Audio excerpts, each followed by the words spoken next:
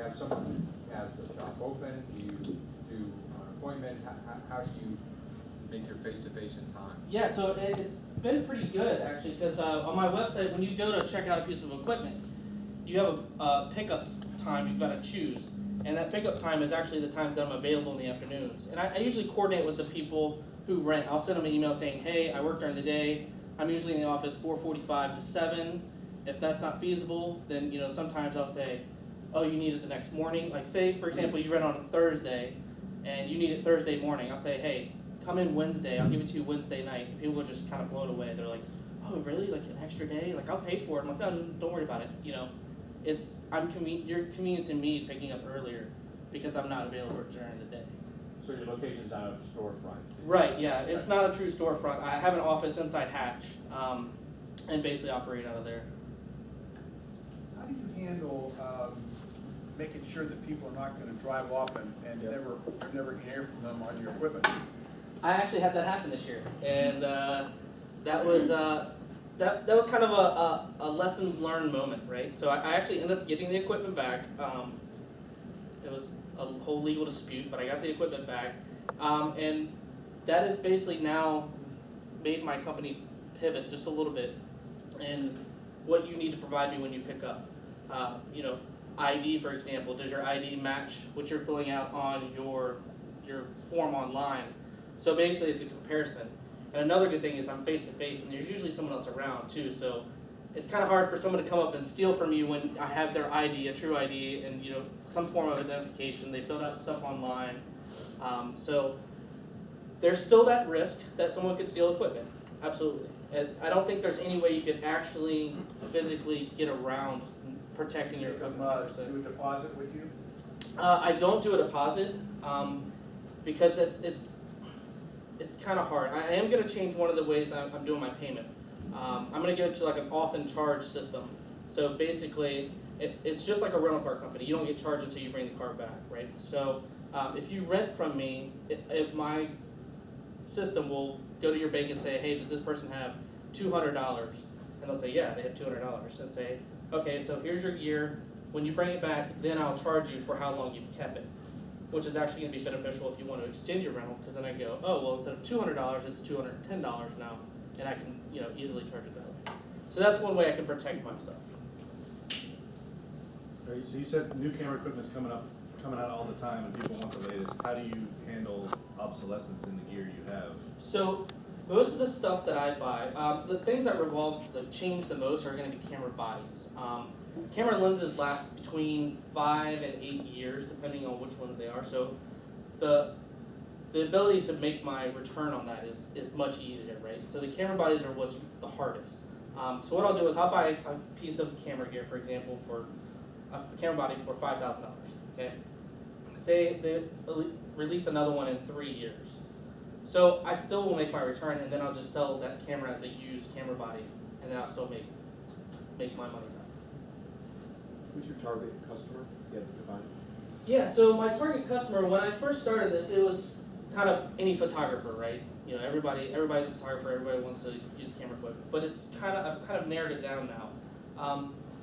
I do have high-end professionals who are renting from me, but it's very rare, kind of, because they're making enough money, they're going to buy their own equipment. It's more of the semi-pro amateur hobbyist level. And I'd say a majority of my clients are actually the amateur hobbyists. I get a lot of those, and that's one of the reasons I was like, hey, we need an educational series, because these people are coming to me with pretty basic questions, and we can address this as a whole, saying, hey, join this class, join this membership, we'll offer this class. But it's definitely the amateur hobbyist semi-pro is my target. Do you offer insurance if I get this lens and I drop it? Yeah, so the way the insurance program I created, it's kind of, I'm the insurance company. I contacted an insurance company about that, and I said, hey, is there anything you can offer me that I can offer to my customers? And they said, you're going to spend way more money than you would if you just became your own insurance company. So the way it works is basically you would pay me a flat rate per item, and that covers partial protection. For example, if you pay $15 to protect a lens, you drop and break the lens, then you're only covered up to a certain percentage. So, and then I take it to Canon, for example, I say, hey, can you repair this lens, yes or no? If they can, then a portion of what you paid, that insurance that everyone's paid, covers that fee, and then you pay the difference. So it's a percentage base, if that makes sense. I have a friend who is really into photography, and I know there's a big market for vintage photography. Do you ever get into that, or? So you're talking like film?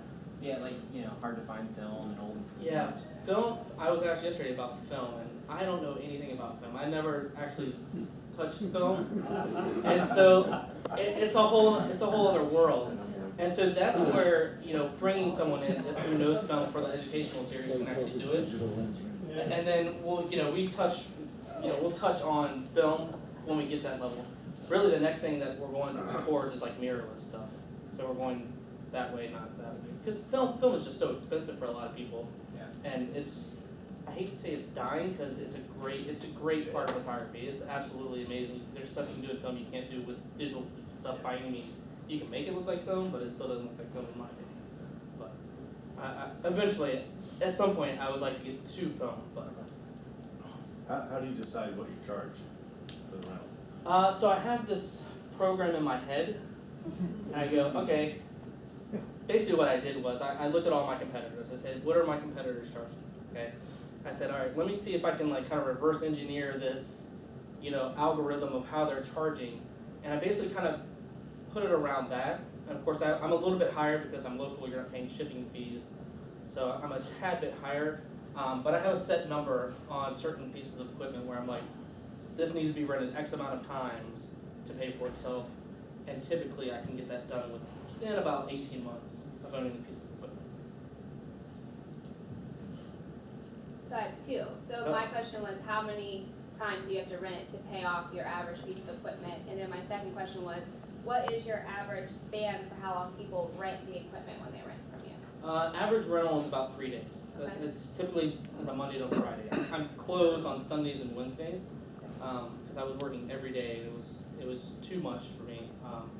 And so 3 days is the typical rental. I have some 5. People who know they're going to be shooting once or twice in a month will rent 15 days. And that's when I make the least amount. So, because the initial hit is up front, just like any rental. The first is up front. Every day makes your rental cheaper. And then pretty much the target is about 20 times. The rental is 20 times, Okay. give or take, depending on what the piece of equipment is, the age of the equipment. So obviously if I get a new one, that makes it a little cheaper. So how do your customers find you? That goes back to my marketing. Right? I run a Facebook group, Hampton Roads Photographers Network. We have over 2,000 people in there now. It's a lot of word of mouth. Right now, it's a lot of word of mouth. I've done some Facebook targeting, which has helped, but I've also felt like I've gotten ripped off on Facebook a lot. But for the most part, it's word of mouth. But 2017 is definitely going to be focused for targeting, marketing, doing AdWords and stuff along those lines. So if I did a Google search on, I want to rent lenses, I'll be lenses, top 3. it'd be tough. Yeah, and I think that's Basic search. I have good ranking on Google right now, which I'm really happy with. But there will be some competitors who are buying space who are going to be ahead of me, and luckily, being local and my name will be really cheap, right, to buy that space. So I should outrank them without any issues.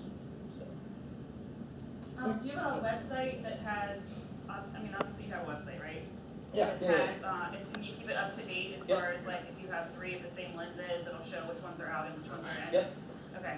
Are you gonna offer any kind of like cleaning services or maintenance or repair? That is something that I was in talks with Canon about, and Canon offers an enterprise level, which will allow you to clean X amount of lenses per year. And I talked to them saying, hey, if I buy this enterprise level, the highest tier enterprise level, can I offer cleaning and repair services to my clients? And they said no. And I said, well, okay then. So they're willing to train to show you how to repair and clean, but you can't join their system. It's really weird. I don't know why. But the answer to that is yes. I do want in-house cleaning. There is a local guy who actually does repairs and cleanings.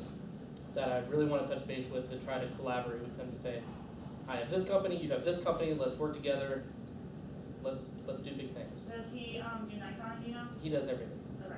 He does Yeah, I would definitely, if you can get in on that, you're gonna tap into the professional level that Oh, you may yeah. not be tapping into. Yeah. Sorry, one more question. You said you do a lot of like hands-on with everybody, you're like, I'll sit there with an hour, for an hour. How are you gonna kinda handle that customer service, as your business grows? 'Cause it just seems like you're doing so much. You have a Yeah. day job and it's Yeah. doing well and. Really the answer to that is staff. I want to bring someone on a part-time basis to help me on Mondays and Fridays because they're my busiest days. And it's bringing on someone who I can trust and who knows the industry and knows something about photography that can say, this is what you need to do, try this, do this. Because I mean, a lot of it's basic. A lot of it's like, hey, I'm shooting 10 people, can I shoot it at f1.2, and they're 5 feet apart, you can't do that, it's not gonna work, right? So it's a lot of basic questions like that. I'll come over here, I promise. I'm thinking of two, Marcus. One's amateur photography for sports.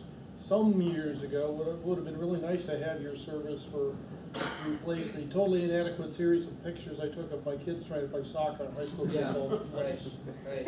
All right. And some of us have grandkids, and that's going to be a growing market because there's some 75 million people Right, that yeah. potentially have grandkids. The other one is the tourist industry.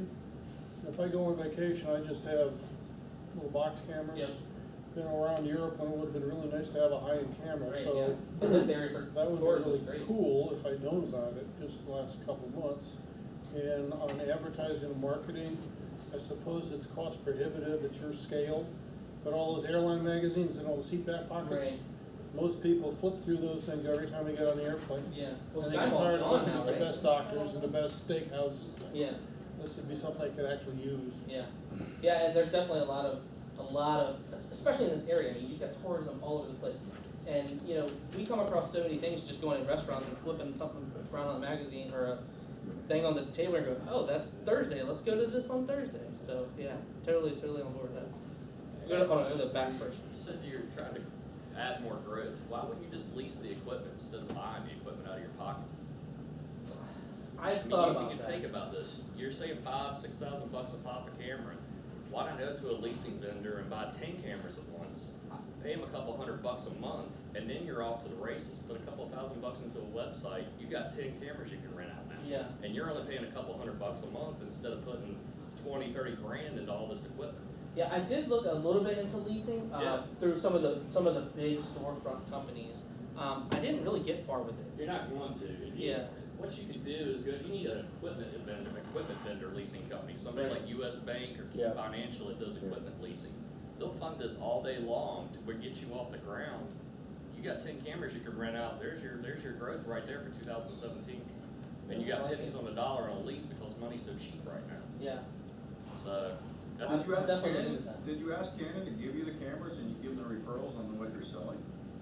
On a $5,000 camera, how many people are buying it without trying it? yeah. And Canon's not trying to go that route. So you have your loyalists, right? So you have the people who are like, oh, Canon released a new camera, gotta go buy it. It's great. Yeah. And it's like, it's no different from your last camera. Why'd you just go buy it? It's no different. Have you asked them? No, I mean, I guess I could. Well, that's the only way you know. Yeah. Not- I mean, the worst case they say no, right? That's Well, tell them what they're in. Nikon's about to do it. So Yeah, they- I mean, you're talking to Nikon, they're doing the same thing, do they want to Yeah. get in on it? Yeah, to get to that point, have them finance it for you. Yeah. Huh. Email them when I get home. Use other people's money. Exactly. Your name is Digital Lens Rental. Mhm. You talked about cameras though, so do you also rent cameras? Yeah. And you So were that. talking about your competitors only being in Richmond. Is that only lens rental companies are not here in Hampton Roads, or is it Yeah. camera rental places? There's no camera rental. No So camera rental. there's no camera rentals and there's really no camera stores. So back on your brand, in your title it's lens rental, Mm-hmm. are you gonna expand in both areas? I mean, so what from a brand point of view do you wanna do? Right now I'm seeing you're a lens rental company. Yeah. So it's kind of bringing you in, saying, oh, lenses, cameras, kind of just get you to the site, right? I try to do a lot of play on words with the name, and I wanted it to be catchy. I wanted it to be quick. I didn't want it to be long and drawn out. I mean, there's some of these rental companies out here with 10 syllable names, and I'm just like, I don't want to have to say this entire name to go to your website. But I kind of like my name, and I don't know if it kind of draws people away going, well, does he do cameras? I don't know if I get that a lot. I haven't really had that feedback saying, do you only do lenses? The lenses will look into the everything else. And Yeah. Took that word of lens and then looking into that, and your vision was all the cameras and everything behind the lens. Yeah, yeah, You know, there's a way to maybe play on that. yeah. Being that your target market is kind of not the professional side. On the professional side, most people have bodies. Right. And yes, they would go, oh, I need a lens.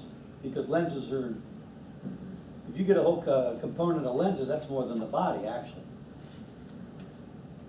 And, you know, I deal with borrow lenses Right. and lensrental.com Yeah. and this and that. And, you know, when I first saw it, you know, I like, damn, I need a camera. Right. But I just happened to, you know, go online and sure enough, they had cameras. Mm-hmm. So to follow up with this point, I would say that your non-professionals probably have a body Right. and they need lenses. Mm-hmm. That's usually the case. Yeah, that's what I'm saying. So, you know, Dan, lens rental. But every time I look at borrow and lens rental, I sit there going, but I need cameras. Right. So, you know, I always thought about their branding. So, I mean, give it some thought though, before you really start hanging your hat on this. And see if you can come up with something that's kind of more inclusive. Because like I say, if I go online, most of the time I'm not looking for lenses. Right. And if I see something that says cameras and lenses, I'll go there first. Yeah. One thing I do find. He can go deeper in his description. So whenever he's targeting someone specific, it could be the company digital lens rental, but if he's talking specific, it can be like, hey, do you need a body? Hey, do you need a lens? Hey, do you need this equipment? Hey, do you need this cleaning? So the overall company, they're gonna go to the specific link that he sends them to, which can tell them what he's selling. He doesn't have to change the brand to talk to the person that way. I think a lot of the times, especially with like the amateurs who come in who want lenses, they come in and their first thought is, I'm going to take better pictures because I'm going to have this great lens. And I'm like, well, what camera do you have? And they have like a really, really, really outdated camera. And I'm like, oh, well, try this camera out with your lens if they have a lens that's compatible. And that's kind of the way they figure out that their camera's a little outdated. They get better images, you know, using a little bit more updated camera.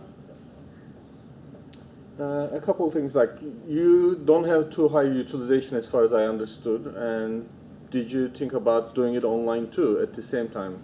And so you can utilize, like if somebody local is not using it, are you planning on renting them online? They actually, so when I did my first pitch at Hatch, they actually brought up something like that, and my mind was blown, right? I was like, that's a great idea, and then I started digging deeper and deeper into it, and I was like, the liability and the headache it could cause for me, being one person, maybe at some point I can integrate something like that down the road, 5 years or something, 3-5 years. But it would be nice to say, hey, if you have a lens and I don't have the lens, and this person wants to rent the lens, you can rent the lens to them through me, and you make profit, I make profit, they get their lens. That was definitely something that they put in my brain. Well, mine was like mostly like you have whatever you have right now. I mean, you don't have high utilization, so do you want to rent them out of the area, or do you want to stick with this area? I haven't even touched this market, right? So I see no reason to add the logistic of having to ship and return lenses, especially when I don't feel as though I have an entire grasp on security of my equipment right now. So to ship it out to Arizona, to Bob, whoever, I don't think it's something that would be beneficial for me right now. I think there's plenty of people in this area who don't know about me still that I need to tap into to say, I'm here, whatever you need, come find me, I'll give it to you. So. And the other issue, one more question. like, do you have a YouTube channel that you kind of market yourself? Because you know what, Yeah. when I'm looking for stuff, or what, you know, what's the F value? How do I give depth of field? Yeah. Then you say you look at the video and like, that's right in Norfolk. Right. Yeah. So I So- do need to do some advertising. You know, some 30-second ads, 60-second ads, something like that on YouTube, and actually start targeting that way as well. Actually, not ad, but I was saying like more. Oh, just like videos. Yeah, just Yeah, I mean- training videos basically. I love these 20-second, 30-second videos that pop up on Facebook, right? That someone cooking a meal and I'm just like instantly hooked to their meal. I'm like, all right, I'm going home and I'm gonna make that because that looks delicious. I would Kinda like- totally love to do that, and I need to figure out how to do something like that with photography, and it can be kind of tough. And I actually own a YouTube page that was called 2-Minute Exposure, and it was gonna be quick, simple, straight to the point. This is what you need to do. This, and this, because. Exactly. You know, 15-minute videos, 20-minute videos, people are like, let me go to the middle, let me go to the end, next video, you know? But yeah, I would love to do something like that.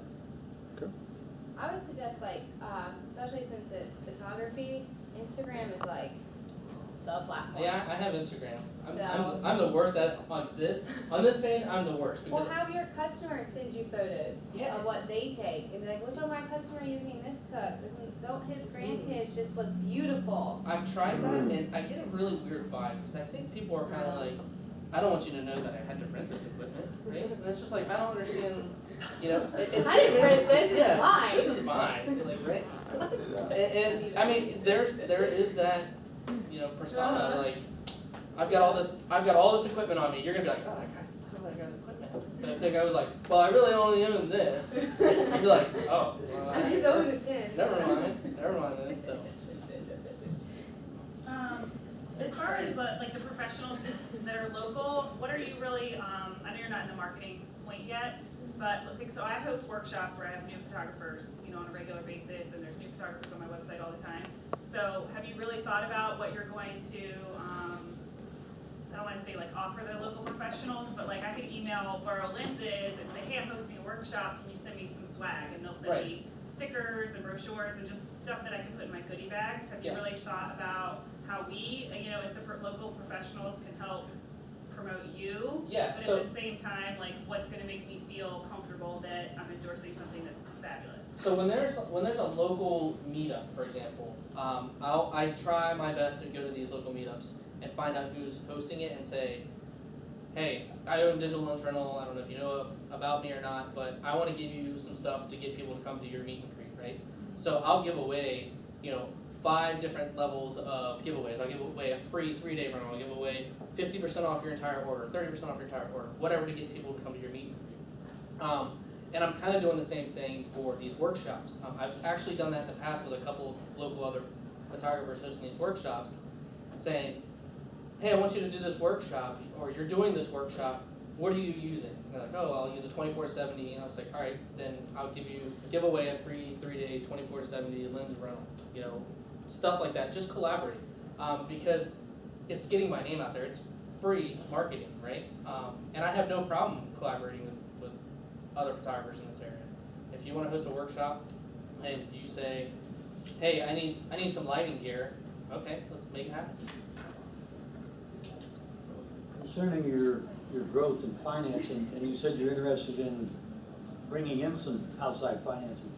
If you're making $20,000, like what you did this year, and the idea of leasing equipment, I'd really focus on, and you're not paying yourself, and Right. it seems to be growing, because Right. you should probably get into some exponential growth eventually. I'd suggest just self-finance yourself and use some creative financing. Right. Instead of giving part of your company away. Yeah, and At this that was point the right whole now. thing, right? So I these last couple of months I've been looking at different aspects and different areas that I can maybe tap into. And you know, a lot of them I'll start reading about them and go, you know, that's not, I want to own my company fully. I don't want someone saying, well, you should do this, you should do this, you should do this. And that's why I was kind of like, well, maybe I'll do a personal loan, because even with a personal loan, I'll still make more of a return because I'm infusing my company right away with $20,000, $30,000. So hopefully, right, I would rent out that equipment I buy. And it's not like I'm going to buy just random equipment. I'm buying stuff that I already know from my data over the last year that, hey, this is rented the most, this is rented the second most. Do I need more of these? Yeah, I'll get one more of this, two more of these, three more of these. So that was definitely something I've looked at, so. Okay, another point too is, since you're dealing mostly with local people, there's a ton of people out there that have gear. Right. You know, I don't have all my gear, but I got people that have the gear. So when somebody calls, I never say no. Right. Because I know where I can go get it. So I'd suggest, you know, finding out who's got what and subleasing from them. Yeah.